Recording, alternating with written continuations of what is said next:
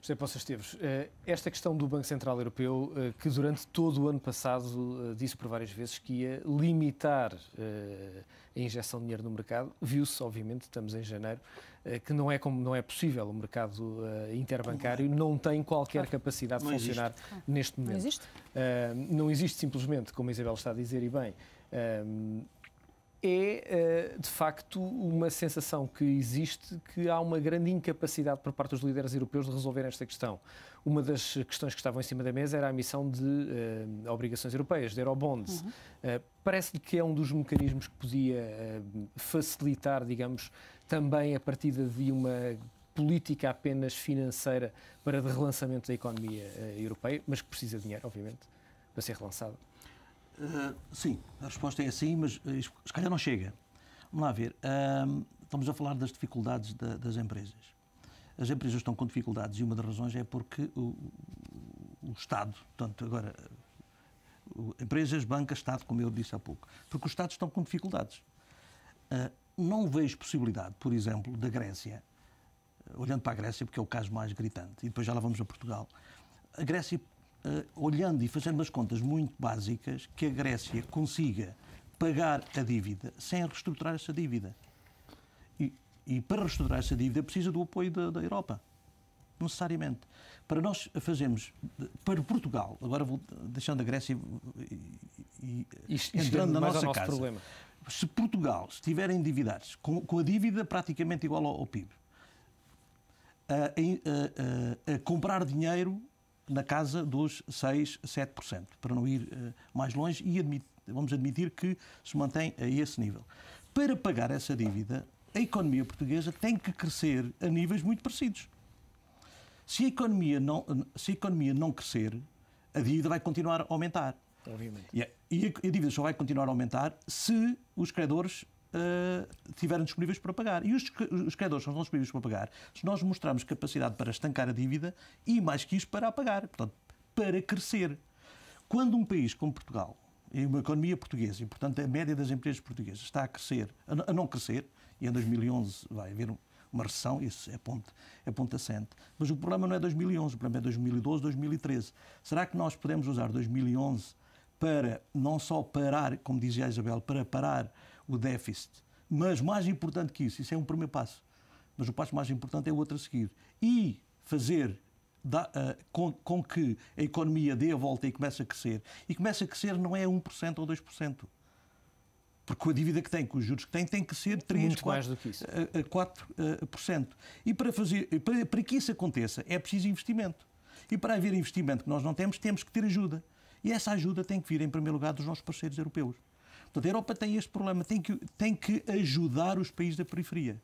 Os países do núcleo central parece que encontraram um caminho de estabilização e de algum crescimento, que é bom para a Europa, é bom para todos, é bom para nós porque nos ajuda na componente das exportações. Mas também tem que nos apoiar na componente do financiamento. Portanto, a Europa não se pode abstrair desse financiamento, seja através de eurobonds, seja através de outros fundos, seja através de outras formas. Portugal e os países da periferia precisam necessariamente da ajuda dos seus parceiros europeus. E, portanto, a Europa tem que assumir isso e tem que, eventualmente, passar para uma plataforma diferente de integração. Ou passa para uma plataforma à frente ou passa para uma plataforma atrás. Não há caminho assim. Tem sido difícil para e atrás é muito mau, portanto só uma saída, é ir para a frente. Porque atrás significa não saída do euro, desconstrução da Europa, é um processo que seria um desastre para todos os países da Europa.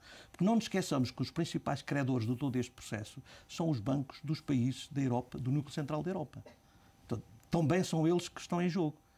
Conclusão, a Europa tem que ajudar estes países, a Europa tem que ajudar Portugal, se quer, e portanto tem que arranjar mecanismos para o fazer. Portanto, tem que passar uma plataforma de integração mais elevada. Eurobonds, claramente que sim. E se calhar não chega. É preciso entrar nestes processos. Isso significa maior federalismo europeu, maior perda de soberania. Pois é. Mas nós estamos como estamos. Não podemos estar a pensar em ter soberania e estar endividados.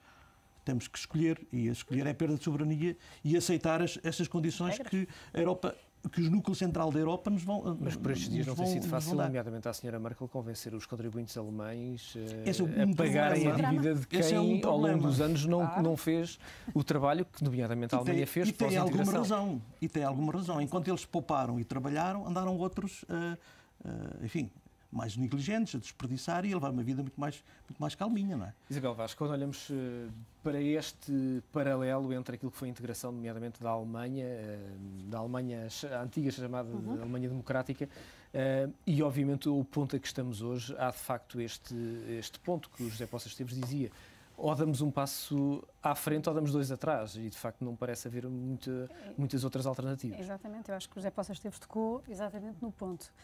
Nós, claramente, estamos a gastar mais do que o que produzimos, estamos a querer ter uma vida folgadíssima e isto não vai poder continuar. Portanto, o que se fala dos especuladores, é evidente que ninguém nos empresta dinheiro se não tivermos clarissimamente capacidade depois de o pagar.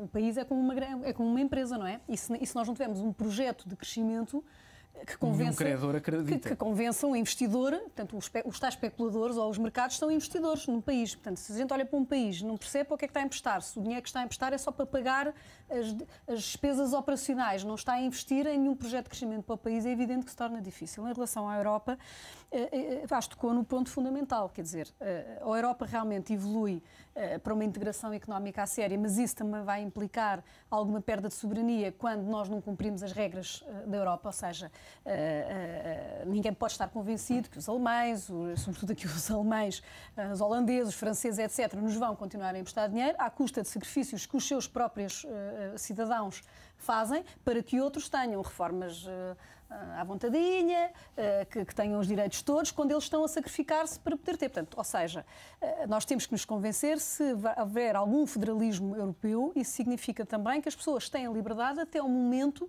em que possam ter essa liberdade, não é? Porque quando começarmos a prevaricar, é natural que tenhamos que cumprir regras e até possamos perder a nossa soberania, que venham alguém central pôr a ordem na casa, não é? Portanto, isso, quer dizer, nós temos que ficar super aborrecidos com esse tema, como portugueses, mas a verdade é, para evitarmos isso, é vivermos com o que temos e sobretudo, temos um projeto de crescimento que convença os mercados que vale a pena investir em nós. Isto é igualzinho lá em casa ou igualzinho às empresas, não é? Eu não posso chegar ao pé de um banco e dizer assim, olha, empreste-me aí umas massas e tal. E o banco pergunta, mas para quê? E tal, é para pagar umas despesas que eu tenho, que já gastei e que estou aqui um bocadinho atrapalhada e tal. Sim, mas depois como é que você me vai pagar? Bom, isso também não sei bem, porque... Nenhum banco acredita. E depois chamo especulador ao banco. É isso que está a passar, nomeadamente, com Portugal. Exatamente, quer dizer, portanto, o projeto europeu vai implicar necessariamente, eu não me acredito que a senhora Merkel, ou quem quer que seja, que vão continuar a emprestar com sacrifícios brutais por parte dos alemães para que os outros tenham regras, sobretudo até relativamente ao Estado Social, ao chamado Estado Social, nomeadamente ao tema das pensões e idades de reforma, etc., quando os alemães estão com uma vida muito mais complicada do que a nossa. E, portanto, é assim, não vamos ser... E, sobretudo, a senhora Merkel tem eleições daqui a pouco tempo. Pois, e também. Isso também ajuda. Também ajuda, pois, mas quer dizer, mas as eleições representam a vontade do povo alemão e, portanto... Eu se estivesse sem querer... Enfim, está também... Eu acho que os alemães estão a fazer o que têm que fazer. E que não é mau até para nós. A questão que surge neste momento é que parecem 26 países a olhar para a Alemanha à espera de uma solução. Então é bom sinal. Pois. É bom sinal que estão a olhar para algum lado. O problema é quando andam a olhar para nada. E a questão é que, ao menos, já tiveram esta vantagem, que é olhar. Há um ano atrás, ninguém pensava o que estava a acontecer. E este mês já descontaram os ordenados. Eu já vou sentir. Todos nós. Então, nesse caso, começamos a olhar. Olhar já é bom sinal. Saber o que estamos a querer fazer. E pelo menos vai levar, que é a uma reflexão. Eu, no caso da Alemanha, acho que eles estão a fazer um papel notável de resistência, de desgaste, que é para obrigar a repensar o que é que estamos a fazer e não viver à custa deles, porque em termos europeus, apenas 3 países têm poupança. Quais são? É a Alemanha, é a Suécia e é os Países Baixos. Por que razão é que eles estão a arriscar a moeda deles, a poupança deles, com desvaneios cá do Sul ou do Centro? Segundo momento, vencer algo pela guerra tem custos. E percebemos, como bem dizia o professor Arém Lopes, que tem custos ilimitados, enormes.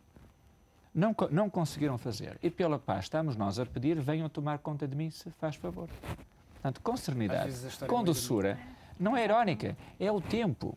Finalmente, nós temos uma Europa que é recente, é nova, tem 40 anos. Pela primeira vez, nós tivemos com 60 anos sem uma guerra no continente europeu.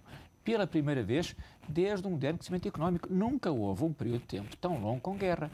Portanto, a leitura que os europeus fazem do problema não é igual à que faz os chamados mercados internacionais. Eles olham para os fundamentais. Como é que se diz fundamentais ou fundamentais? Fundamentais. Escolha o termo. É tudo treta. Porque, no fundo, nós sabemos bem que no dia que a moeda acabar, temos uma guerra. E quem é que quer essa guerra? Os custos da paz são muito mais elevados que o custo da guerra.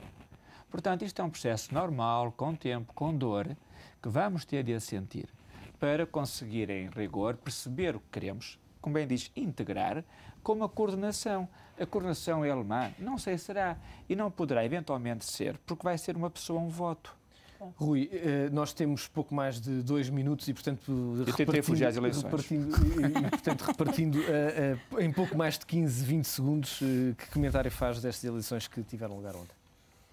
Eu acho que ganhou o candidato que soube apresentar de uma forma mais ordenada, digamos, as suas ideias.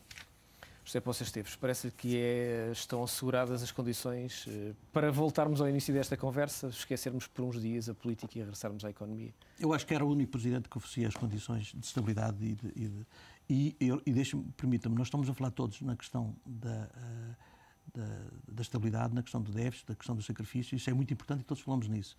Mas como quer o Rui, quer a Isabel já referiram, a questão mais importante é os sacrifícios que creio que estão assumidos. A questão mais importante agora é como é que nós vamos pôr a economia a aquecer. Essa é a questão fulcral e é a questão fundamental. Claro que este Presidente é o único que percebe, na minha opinião, percebe claramente esta questão. Agora falta o resto. Falta do lado do Governo e o que é que vai acontecer do lado do Governo para dar esta volta. Isabel Vaz. Exato, qual é que é o projeto para o país? E acho que estas eleições também se tira uma ilação muito importante, que eu, se fosse política, pensava seriamente, é que houve 53% de abstenção, mesmo tirando lá os casos que as pessoas não conseguiram votar. Ou seja, há um distanciamento total dos cidadãos em relação aos políticos e acho que eles devem pensar nisso, porque isto significa que nós não acreditamos, nós portugueses, não estamos a acreditar que haja um projeto para este país e esse é fundamentalmente a grande prioridade. Portanto, food for thought. Agradeço aos três a vossa presença. Isabel, a gestora, Rui Moreira de Carvalho, professor universitário, e também José Poça Esteves, economista. Agradeço a vossa colaboração neste acerto de contas.